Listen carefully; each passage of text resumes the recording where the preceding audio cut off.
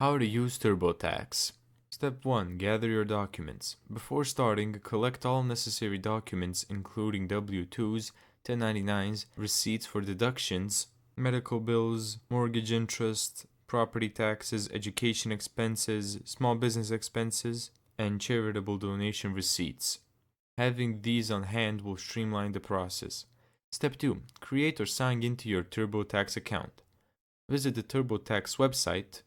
If you're Canadian, you visit the Canadian TurboTax website. If you're a new user, click Sign Up to create an account by entering your email and creating a password. If you already have an account, just click Sign In and enter your credentials. Step 3. Choose the appropriate TurboTax product. TurboTax offers various versions: the free edition, deluxe, premier, and self-employed. The free edition is suitable for simple tax returns. Deluxe is ideal for maximizing deductions and credits. Premier is best for those with investments or rental property, and self-employed is designed for freelancers and small business owners. Select the version that fits your tax situation best. Step 4. Start a new tax return. After selecting your product, click Start for Free or Continue to begin your tax return. Step 5. Enter personal information. Input your personal details as your full name, social security number, date of birth, current address, and your marital status. Ensure all information is accurate to avoid issues. Step 6. Input income information. TurboTax will prompt you to enter income details.